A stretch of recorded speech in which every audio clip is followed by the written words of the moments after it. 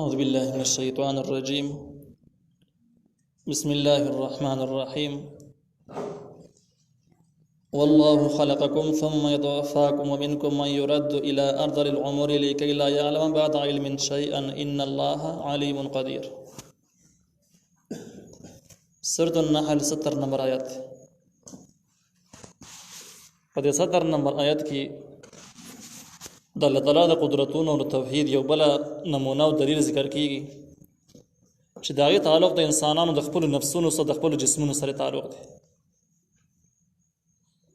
الله تعالی وی والله خلقکم، الله تاسو پیدا کړی دی، نو تاسو نه وی او وجود تراله. دا یو دلیل چې الله موجود دی، په تاسو کې تصرف کړی دی. ثم يتوفاکم، بیا به وفات کوي تاسو لره. تاسو د پاره خپل ټیمونه ټاکلې، په ټیم باندې تاسو وفات کیږئ. ومنکم، بعض به تاسو کې من هغه څوک دی یرد جغه واپس شي الى ارذل العمر، هغه کمزوري عمر. کمزوري عمر څه ته ویل کېږي؟ کمزورتیا د عمر هغه ته ویل کېږي چې په هغه کې د انسان حواس مکمل پیل شکار پیری، عقل حواس خمسه او جسم دومره کمزوري شي چې دا غینه بعد هغه د کار قابل پاتې نشي. دا تعریف چې کوم دی تفسیر ما په قرآن کړی دی. اگر چې په دې کې تحقیق د علماء شته، تفسیر مزاری په دې باندې ډېر بحث کړی دی، ډېر اقوال نقل کړي دي چې په دې کې د مفسرین نورم اقوال دي. څوک وایي چې د ارذل العمر کمزورتیا د عمر چې کم دی د 75 سال کې شروع کیږي، څوک وایي 80 کال کې شروع کیږي، څوک وایي 90 کال کې شروع کیږي. د ټول اقوال خلاصه چې راجمه کې همدغه ته جوړيږي چې کمزورتیا د عمر دا د حواس پیل شي. بس کله کله په 50 کال کې کېدې شي، څوک بیماری وي زرم کېدې شي چې د بد حدیث شکار شي، او جرچا صحت ټیکی رسول کالو پورې ارذل عمر شکار کیږي، نه ټیک پاتې کیږي. پدې کې یو قول د علماء دا هم دی.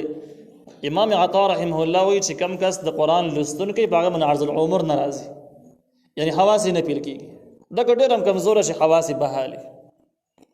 دا قول چې کله راجمه کې نو دین معلومیږي دا چې صحیح تعریف دا دی چې کمزورتیا د عمر ته ویل کېږي چې حواس پیل شي او کله لري اعتبار نشته. او د ورسنی آیات نه هم معلومیږي لیکي لا يعلم بعد علم شيئا، چې انجام دا چې بیا نه پوهیږي ورسره د علم نه په هیڅ شي باندې. انسان ډېر کمزور شي، حواس پیل شي، نو تیر علم تیر شي، او چې کوم خبره وته وکړي نو په سکندونو کې دی بیا یې راځي تاسو ویل ما سو اوریدل. په دې ځکه کې یوراد دوه ټکي استعمال شوی دی. یوراد زوړ حالت ته واپس کېدل د ایمان نه. نو اوس سړی چې کله ډېر کمزور شي زوړ حالت ته واپس شي. زوړ حال کوم حال دی؟ زوړ حال د ماشوموالي حالت دی.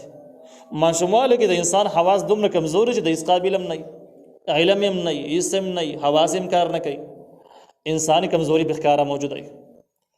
بیا ورو ترقي کې روانه په آخره کې دغه حالت ته ماشوموالي حالت ته بیرته واپس شي. هغه د ماشوموالي خویونه پکې را پیدا شي او هغه د ماشوموالي کمزورتیا هم پکې را پیدا شي. نو بده کې یو باریک مضمون ته اشاره ده چې کم خلک کمزوري شوی، ضعیف شوی، نو د صحتمندو ځوانانو لپاره کار د جګړې سره ډېره گزاره کوي. بس دې باندې ماشومان یو دور بیا راغی، ماشومان سره گزاره کوي، لازمي خبره ده.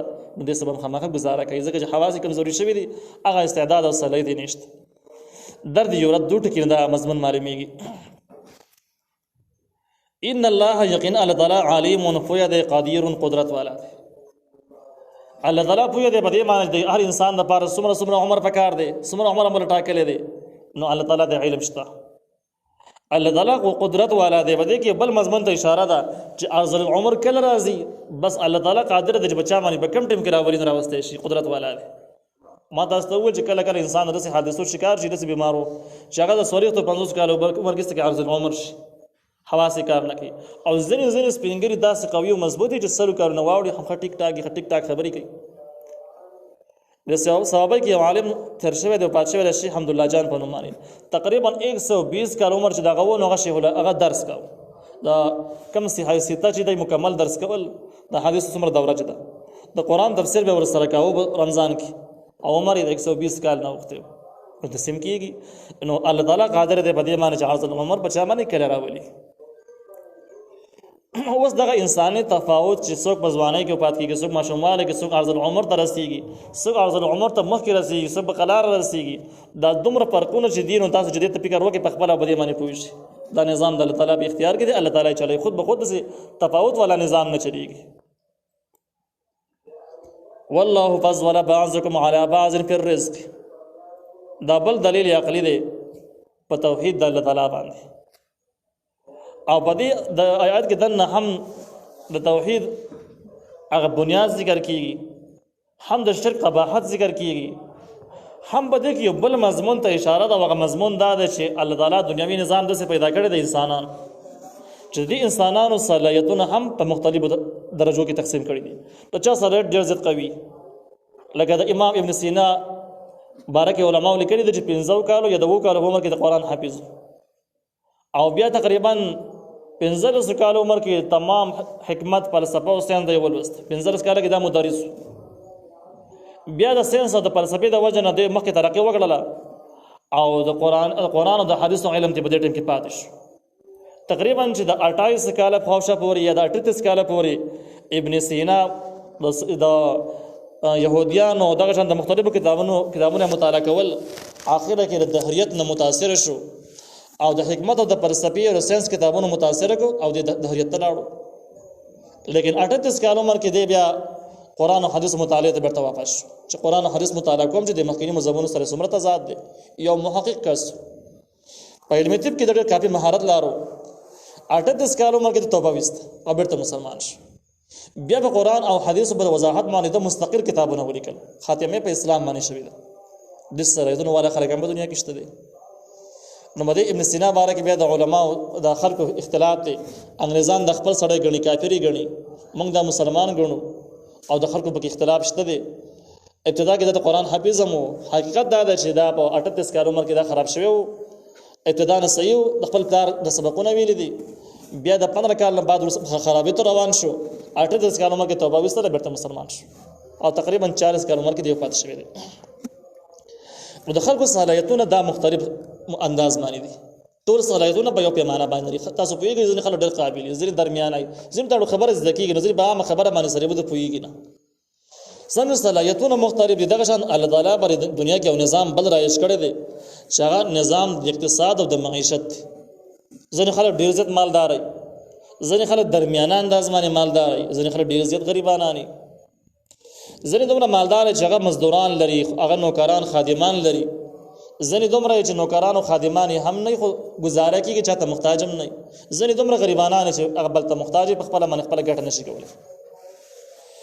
دغه قدرتي تفاوت د الله تعالی پیدا کړل په دنیا کې، او دا دلیل په د الله تعالی په وجود او توحید باندې چې یو شان انسانان دي، فرق د کم ځای نه راغی، یو ذات موجود دی، د فرق هغه راوستل دي.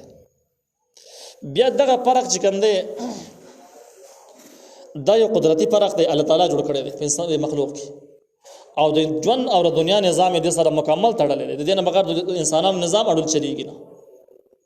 په دې وجه د آدم علیه السلام زمانه نه راواخله، دې زمانه پورې بلکې د قیامت پورې چې څومره خواري وشي، مصنوعي طور به دا فرق ته ختمې د ختمول کېږي، نو چې کله ختمې یو زبردست مصیبت سره مخامخ کېږي. دې باندې تفسیر معنی القرآن ډېر تحقیق کړی دی او وایي چې هغه نظام چې کم د تفاوت نظام دی او شریعت ټاکلی دی او اسلام د هغې دپاره خپلې فارمولې ښودلي، دا بالکل معتدل د افراط او تفریط یعنې کمې او زیاتې نه پاک مقدس لاره ده. او په دې لاره چې کوم خلک لاړ چې د هېڅ قسم مشکلاتو شکار بنوي، د اسلامي تصور او د اسلامي اقتصاد فکر نه بغیر دو فکرونه په دنیا کې نور چلیږي، هغه د اسلام سره تضاد لري. هغه د دنیوي معیشت او د روزګار او د مالدارۍ سره چې کوم دوه نظامونه دغه نیت باندې چلیږي، یو سرمایه‌دارانه نظام دی چې هغه سرمایه‌دارانه نظام اصول دا دي چې په یو څو ناجایزو یعنی سودو او دا شان جواری او رشوت په ذریعہ باندې یو انسان په ټولو املاکو باندې قابل شي، په ټول مال دولت خزانو باندې قابل شي، او دا باقي خلک دومره متاثره کی دومره خراب کی چې صرف د غلامۍ دور تیری. نو که 8 غنټه 15 غنټه کار کوم د خېټه رزق پیدا شي، کې نه کوم بس نه پیدا کیږي، خرابېږي، او دغه غریب مالدار نشي او مالدار به خراب نشي. دې ته ویل کېږي سرمایه‌دارانه نظام. د دې سرمایه‌دارانه نظام اسلام په کلکه مخنیوي کړی دی. اول سر کې د سود حرمت ذکر کو، سود مخنیوي وکړي چې دا هغه شی دی چې غریبانان به خرابېږي او مالدار به پورته ځي، او منځ کې دغه چې کوم دی اقتصاد هغه درمیانه روي چې کومه ده اعتدال ختمي، نو سود حرام. د رشوت لارې ونیوله چې رشوت په اسلام کې حرام دی، سنگین جرم دی. جواری مخه ونیوله چې جواری سنگین جرم دی، په دې خاطر چې غریبانان ښکته پرې نه وځي او مالدار ډېره د حد نه بره لاړ نه شي. نو سرمایه‌داران نظام مخنیوي وکړو. بیا د سرمایه‌داران نظام د ظلم او د وحشت او د هغې د پردي عمل کې چې کوم نتایج ثمرات برآمد کېږي هغه دا د خلکو ژوند بیخي محدود شي، خراب شي. نو دغه یو رد عمل پیدا کړي او دغه رد عمل چې کوم دی نو خلک د اشتراکیت په نوم سره یادوي. اشتراکي نظام منځته راغی دی. د سرمایه‌داران نظام د ظلم په مقابله کې اشتراکي نظام منځته راغی. اشتراکي نظام څه ته وایي؟ اشتراکي نظام دی ته وایي چې موږ ټول انسانان یو شان کېږو. انسانان دنیا کې چې څومره مال دولت موجود دی موږ به یو شان تقسیموو، په دې کې به فرق نه وي. د هر چا تنخواه هم یو شان ته کېږي، کور به هم یو شان ته کېږي، هر څه به یو شان ته کېږي. دې د اشتراکي نظام ویل کېږي. دغه نظام د تاسو د کمونیزم په نوم سره او سوشلیزم په نوم سره هم پیژندل شي. په دې کې مستقل کتابونه لیکل شوي دي. لینن او خیروشیف دا د هغې بنیادي بانیان دي. لیکن د سرمایه‌داران نظام دپاره او د دغې اشتراکي نظام دپاره اهم ترین بنیادي اصول دوه دي: د الله تعالی د وجود نه انکار او د آسماني نظام نه بغاوت. دا پکې اهم ترین شرطونه چې کوم کس ته دا قبول نه دي هغه نه اشتراکي نظام کې فرد جوړېدی شي او نه په سرمایه‌داران نظام کې هغه رکن جوړېدی شي، هغې فرد جوړېدی شي. نو سرمایه‌داران نظام او اشتراکي نظام دپاره بنیادي اصول دوه دي: د الله تعالی د نظام نه بغاوت، د الله تعالی د وجود نه انکار. دا به اول سر کې وشي، بیا به دغه نظامونو پرد وګرځېږي. دا چیز انتهایی خطرناک دی، سخت خطرناک دی. بیا د بدې منځ کې اسلامي نظام دی، اسلامي اقتصادیت دی. اسلام داسې کار کړی دی چې نه دا ټول مال دولت یو کس ته حواله کړی دی چې ستاسو د نور به غلامان او نه داسې کړله چې هر څه راغستلی دی او بالکل د هغې نه اچار جوړ کړی دی شریک کړی دی، بلکې یو ناشنا اعتدالي نظام قایم کړی دی. هغه اعتدالي نظام دا دی چې مالدار دی په خپل ځای باندې مالداري، غریب دی په خپل ځای باندې غریبي. مالدار دپاره دومره اوچتوالی هم منع کړی دی چې په کوم کې دا د انسانیت د بار کېږي. غریب د دومره خرابېدو نه هم د هغې مخنیوی کړی دی چې دا پرې نه وځي. نو په دې طریقه باندې قرآن وویل چې وفي اموالهم حق معلوم للسائل والمحروم. د مالدارانو مالونو کې د غریبانو لپاره بالکل معلوم مال موجود دی، هغه به ورکوي او دا به غریبانو څه احسان نشته. د الله تعالی فریضه ده، خپل حق ادا کوي. د میراث تقسیم وټاکلی شو چې میراث په دې طریقه باندې تقسیمیږي، سرمایه‌دارو لاس ته به نه ځي. څنګه سرمایه‌داران نظام یا اشتراکي نظام دی هغې شرط کې بنایي، بلکې ونحن قسمنا بینهم د تقسیم طریقه چې کوم دی سورة الحشر کې وروسته روان دی، باقي باندې به عقل ته کې بحث وکړو. لیکن دوه نظامونه چې کوم دي هغه یو اشتراکي او سرمایه‌داران نظام، دا دواړه مکمل باطل دي او دا وړاندې چلیږي هم صحیح نه. سرمایه‌داران نظام چې کوم ځای کې ناپیز دي هلته به غریبانان د غریبۍ نه غریبتر جوړېږي او د غریبتر نه به غریبترین جوړېږي. دغه مصنوعي مهنګایي قات سره به مسلسل مخامخ چېرته به دې سم نه شي، ژوند به خراب شي. د خراب ژوند په صورت کې به د اشتراکیت قایل شي. اشتراکي نظام چې لږ وړاندې مطالعه کې هغه بیا ناکام دی. په دې وجه باندې د اشتراکي نظام بانی چې کوم دی خیروشیف 1960 کې دغه یو بیان ریکارډ باندې موجود دی. هغه وایي چې بروس کې چې کوم نظام موږ جوړ کړی دی د مساوات، نو په دغه مساواتو کې یو تحریک پورته شوی دی. هغې وایي چې یاره موږ ټول یو شان انسانان یو، نو د اشتراکیت تقاضا دا ده چې زموږ تنخواګانې دې یو شانتې شي که نه، تنخوا دې مو د یو شانتې میلاویږي. خیروشیف وایي که تنخواګانې یو لیول ته راولي نو نظام په ټپه ودرېږي. د چا صلاحیتونه انتهایي قوي دي، د چا درمیانه دي، د چا صفر برابر دي او تنخوا ورله یو لیول کې، نو دا خو د هغه صلاحیتونو توهین او سپکاوی شو، هغه کله عدم وګرځولی شو. معلومیږي دا چې د اشتراکي نظام بانی په خبره دې قایل نه دی چې اشتراکي نظام دې مخکې وچلېږي، ناکام دی. لینن چې کوم دی د یو کتاب دی سویټ ورلډ په نوم باندې تقریبا په 346 صفحه باندې دا په خپله باندې لیکي چې د تنخواګانو د یووالي، د کورونو، د تمامو مالونو د یو شاندېوالي چې کوم تحریک په روس کې دی مونږ یې په سختۍ سره مخالفت کوو، دغه ناکام دی، دغه د وړاندې نه کېږي، نه چلېږي. البته بیا دی وایي چې په ټوله دنیا کې چې د تنخواګانو څومره کم تفاوت او فرق دی د معیشت، نور دنیا په نسبت باندې په روس کې وایي دا زیات دی. د په خپله باندې قایل دی چې په روس کې اشتراکي نظام ناکام دی، چلېږي نه او دوی نافظ کړی و. بیا مکمل صفر ثابت شو. هغه وخت دا بخي د ناکامۍ سره مخامخ شو چې کله دوی په افغانستان باندې حمله وکړه.